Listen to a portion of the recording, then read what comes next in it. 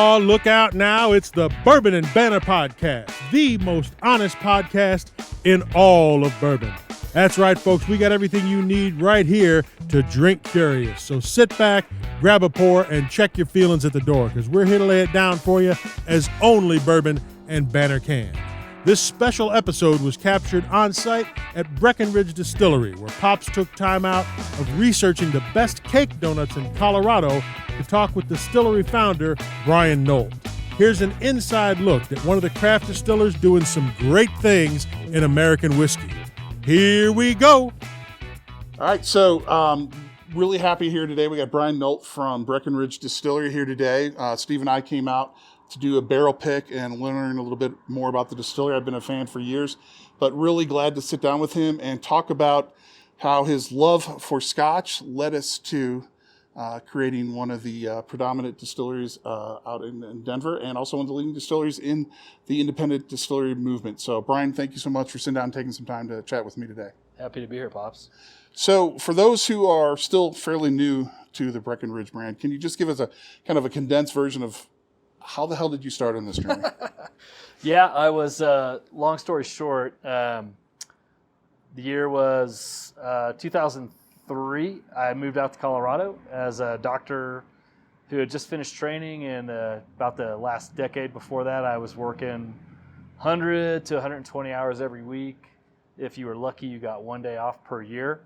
And so when you're working like a dog and you have no time off, you get really weird hobbies. Mm-hmm. And the only hobby that I had time for that I could, like 15 minutes if I had it, that I could enjoy was whiskey. So as a super sniffer, super taster, whiskey was my jam.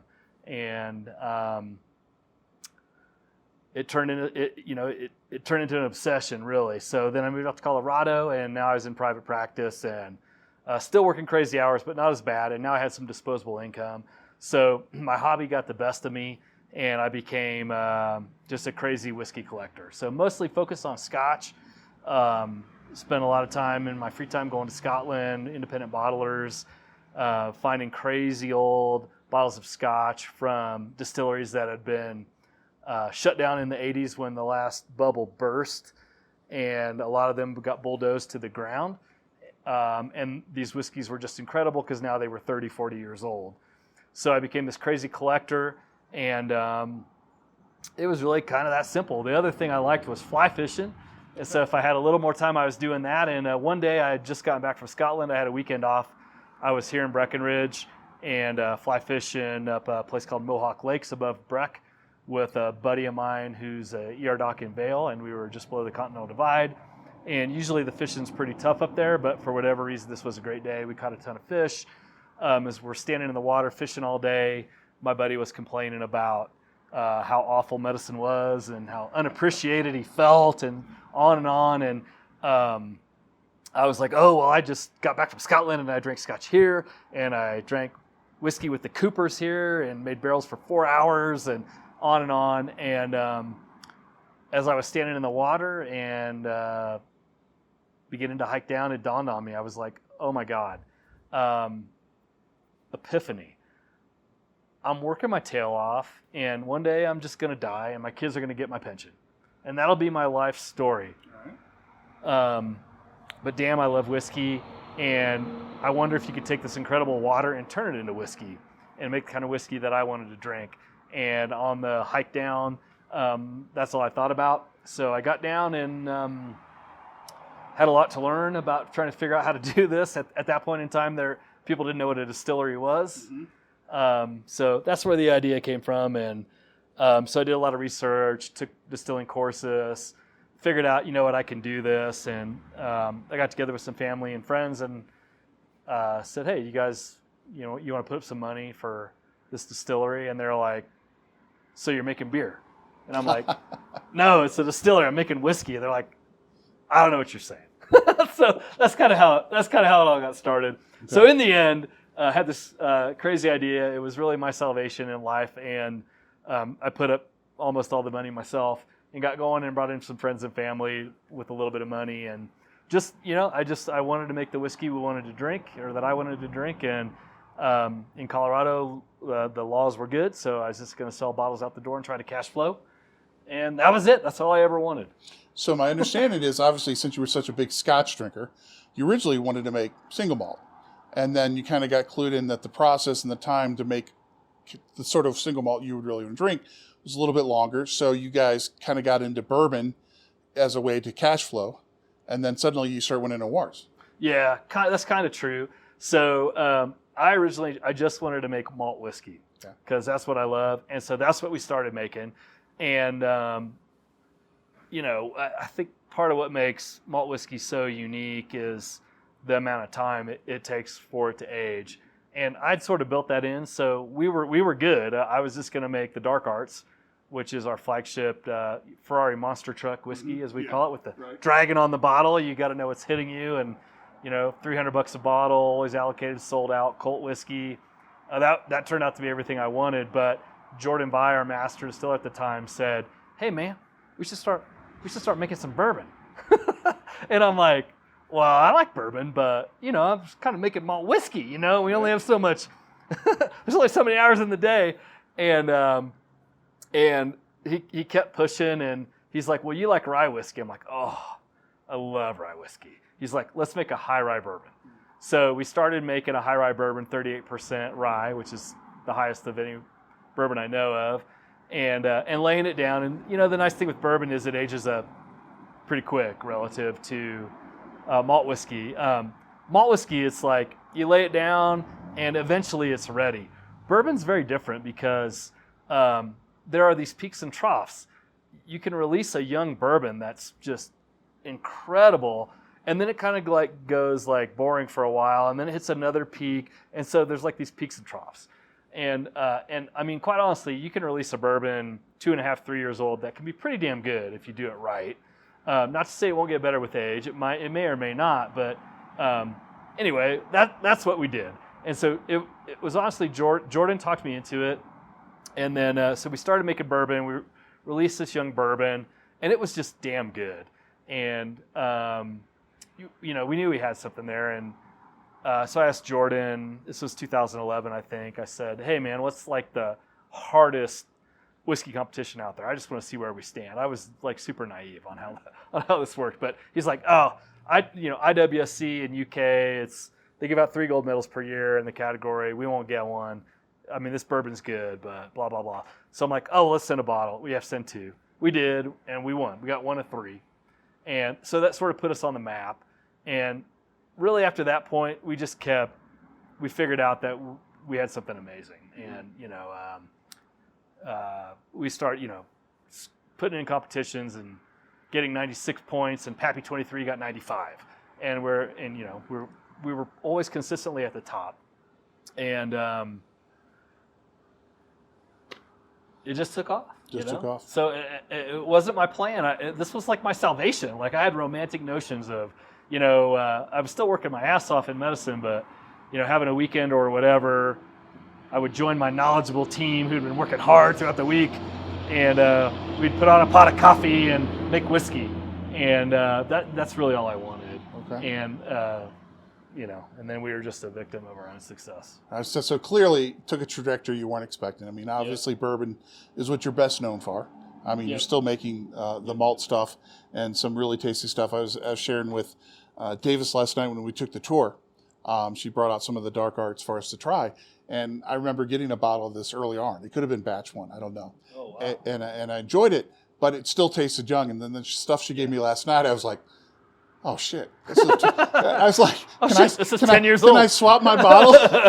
Yeah. I was like, and it was amazing. And for me, part of the fun part about hitting the road and getting out and visiting folks like you is really getting to taste stuff, because only so much reaches our market.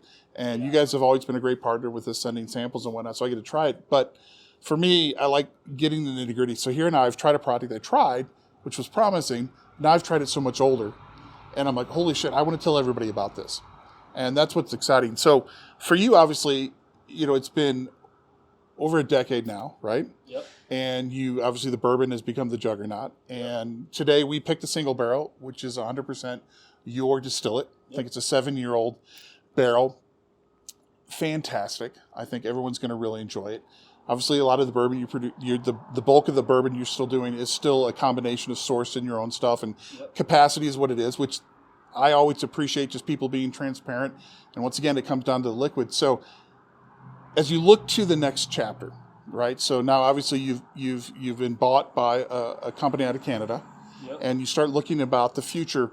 What's kind of the next phase for you guys, right? Because I think really any distiller that gets into the whiskey category has to have at least a 20-year horizon just to say they're legit, right? Yeah. So what's next now? What does all these changes mean for you, and especially when all you wanted to have was a Salvation brand? Totally. Yeah, it's always been a passion project, and you just had to sort of jump on the horse and ride it. So we make a lot of products, and it's all about quality and flavor. But we're a whiskey house, through and through, for sure. And blending whiskey, when we first started blending whiskey, after we really sort of hit our peak, we gave people more choice. And I loved at that time, at least, having all these amazing aged whiskeys that you could blend together and sort of paint a picture like an artist who had more colors. And that's just become really hard anymore because bourbon took off.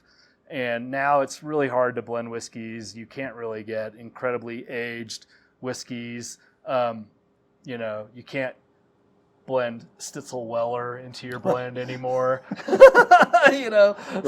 Stuff like that. And so we've just gradually been moving to phasing out the blending piece of the operation and doing more and more of sort of the grain to glass in the blends. And I'm sure with Hans, you had an opportunity to taste through different blends. And the one thing that's always been true is anything we make here is way better than anything we could buy. So, the trend we're on the bourbon piece is continuing to offer a blend and a grain to glass, like single barrels and stuff like that. But, amping up the Breckenridge component gradually and moving the sort of the profile slowly so it's not a shock to people. Sure. And being very calculating in how we're doing that. The barrel finish program has just been awesome. Port cast finish, PX, Pedro Jimenez sherry cast finish, cognac finish getting ready to come out, which is absolutely phenomenal.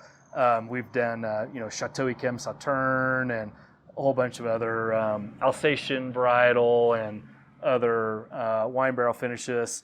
We're going to keep doing that because it just, again, gives you more colors on your palette to paint with. But again, I love Scotch. I love malt whiskey. So really the sort of the next horizon and the most exciting things I think for us are honestly going to be on that front.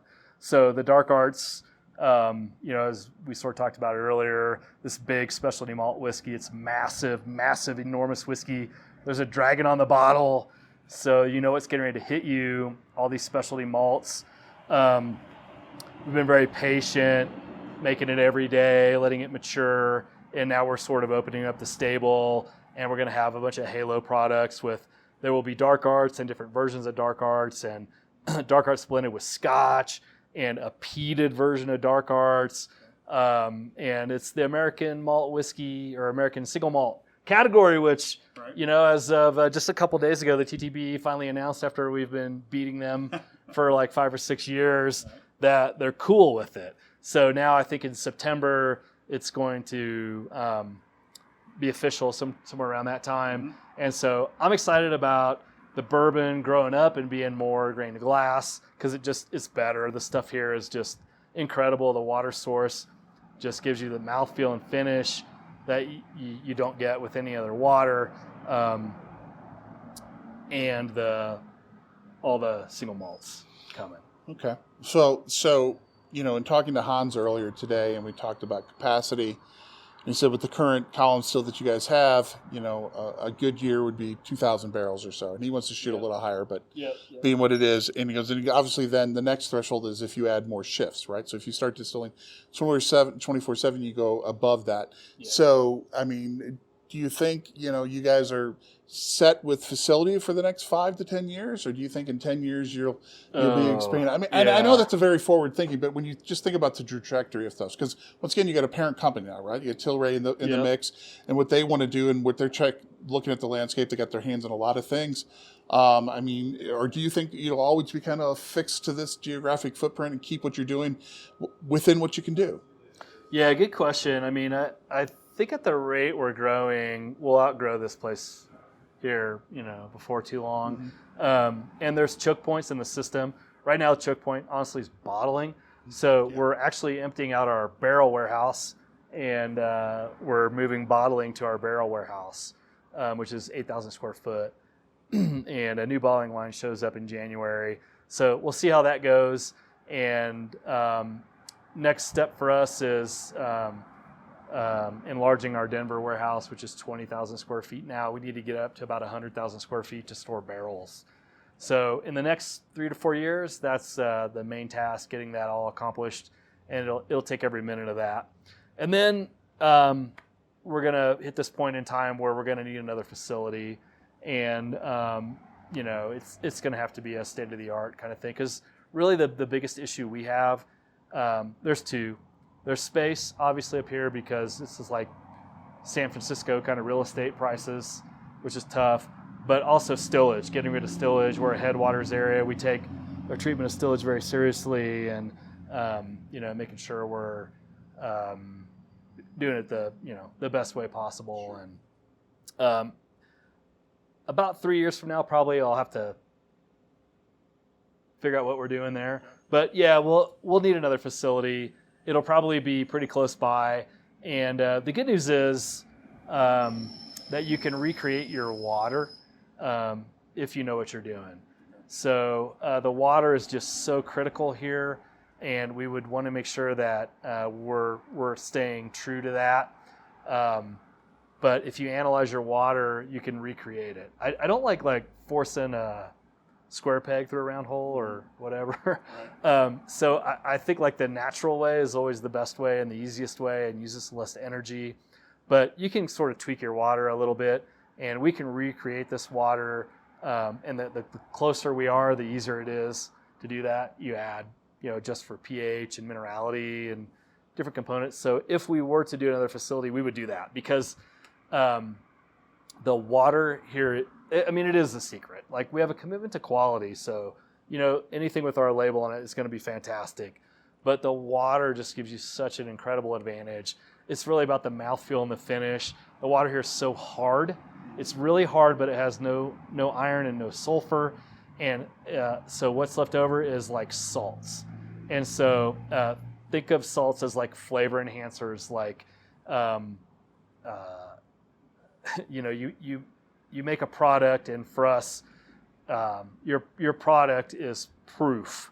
So if it's, say, Breckenridge Bourbon 86 proof, that means it's 43% ethanol, and the rest is just water. So the quality of that water and the salts that are in there are all the flavor enhancers. And I look at it like a chef looks at a plate. So over half your plate is the water. So you've got to keep that consistent. Mm-hmm. And that should be your mentality when you're looking at what goes in the bottle. Okay. So final question before we close out. You've been in the industry for a while. You've obviously taken a path that was unexpected. As you look at the broader category of American whiskey, so single malt with the new definition, bourbon, rye, things going, what do you think, what's your what's the most unusual thing you think will happen from a market perspective? It's kind of a trick question, but as you look at it and you say, there's a lot of projections for strong growth, what do you think one of the potential things that could happen that people may not be expecting? Yeah, well, I think that there's been a lot of consistency over the years with boom and bust cycles and things like that in spirits. And you can typically trace over a long period of time how things build and then eventually bust. When I was a kid, my dad drank Canadian VO, Canada VO, whatever, Canadian whiskey VO.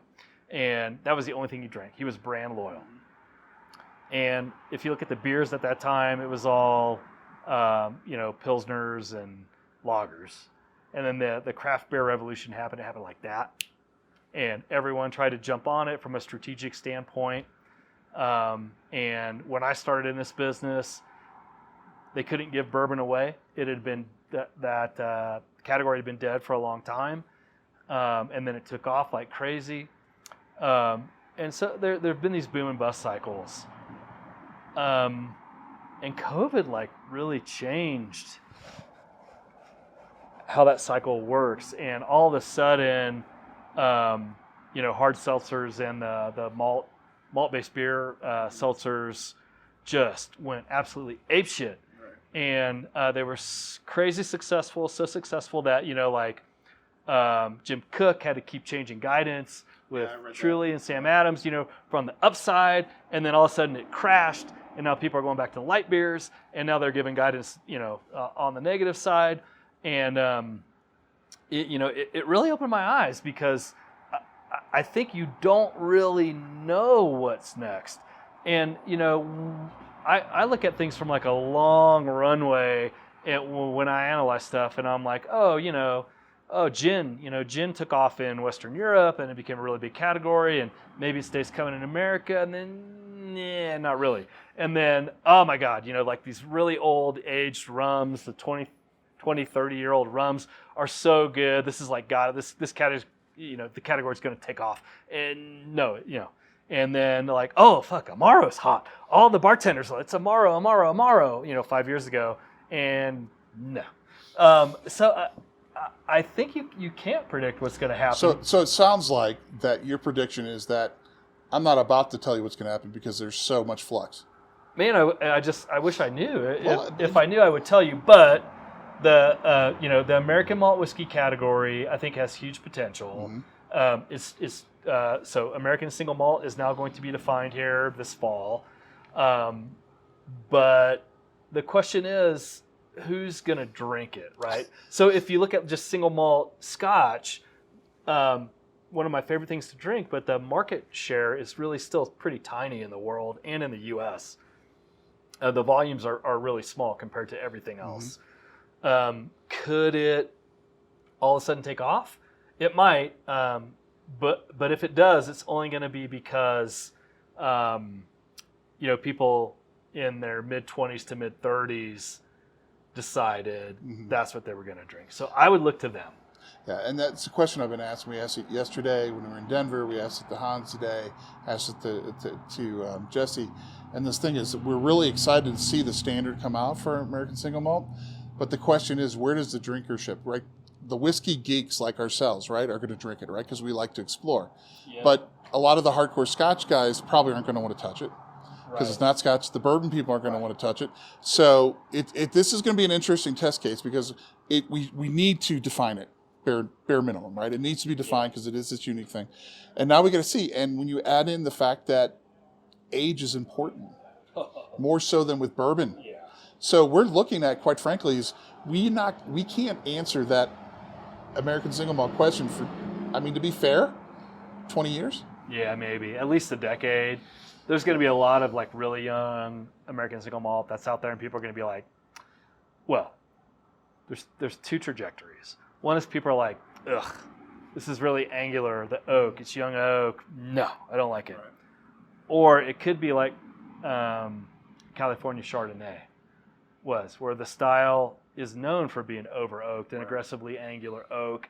And it could find its own footing on that. At the end of the day, it's really up to people with the buying mass, and they're younger.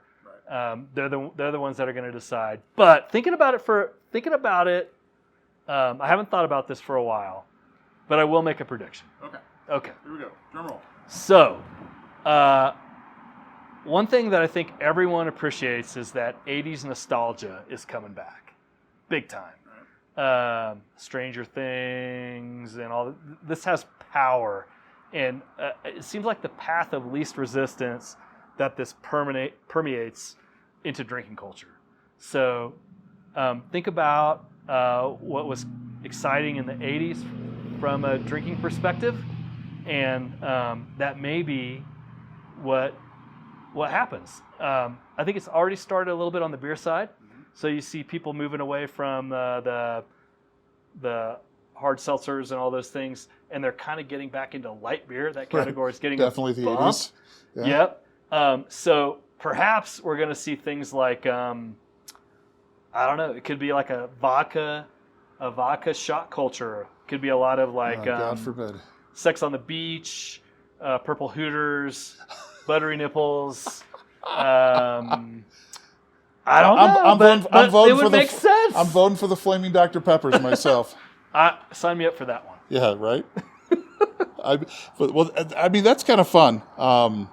That'd be fun to cover, if nothing else, because we were just talking, the pick this morning, we were talking about, who in their right mind would ever think that a dog could sell beer? Right. Spuds Alex McKenzie, from right? Stroh's. Or Alex Spuds McKenzie, right? Spuds McKenzie, yes. And it's so ludicrous, but who knows? We'll find ourselves back there. It actually makes a lot of sense. Yeah. I'm going to go hire the dog mascot like yesterday. You're going to bring it back. All right. Yes. Well, it's either that or the frog. So I appreciate that. Well, Brian, I thank you for sitting down. I mean, this face-to-face has been years in the making, so I'm really thrilled to be out here. You guys have been fantastic partners with us over the years with everything we do. We look forward to continuing that, and I'm beyond psyched to actually bring a single barrel of your product to market to say, people, this is what they're capable of. So while the daily flagship you guys put out is great whiskey, this is where you're going to get, which should get a lot of people excited. Oh, totally. And just as an offside, your finish stuff, just to be honest, I'm not a huge finish person. A lot of hardcore bourbon people aren't, I should say. But I have to, and I told your team this multiple times. I said, what I like about your finished products is that they're not super assertive in the astringency and the artificial nature that you get from a finished product. And they are light enough that it blends really well. Yeah. And I don't know if this is the best compliment I can give you, but you guys sent me a bottle of the rum finish a while ago. And I sat down with it and I started binge watching some TV show. I don't know what it was because it really varies. But all I know is after a night or two, I looked over and the bottle was half gone. Right on. And I was like, holy shit. and a lot of my team members, they just don't like finish. But I'm like, guys, you've got to check this out. I said, because there's a spot for it. I said, if you want heavy, complex, you do what you do, but you're looking for this is spot on. So I love it, and this has been fantastic. So thank you so much. Yeah, my pleasure, Pops. And, if it's any consolation, I'll say you should keep an open mind to new forms of art, and that's totally what barrel finish is. And I also ruined a lot of perfectly good whiskey getting the barrel finish products. Well, thank you for your sacrifice. What I wanted to be. Thank you for your service. Fantastic. Amen. Well, Amen. we'll be talking to Brian again soon. And as everybody in the Drink Curious community knows, and by the way, if you're not in the Drink Curious community yet, you need to be there. But everyone knows that we are really looking forward to putting together something in the next 12 months to get some folks out here to experience this place firsthand in a very unique way. So we look forward to making that happen and consider this the first shot fired. Well, that sounds good. I would say we do whiskey incredibly well, and we do hospitality even better. Absolutely. So that's why we're here. That's why I show up to work every day. I don't need to work anymore. I do it because I love it, and it's all about the people and interactions, and it's that easy. Amen. Thank you very much. Yeah. Thank you, brother.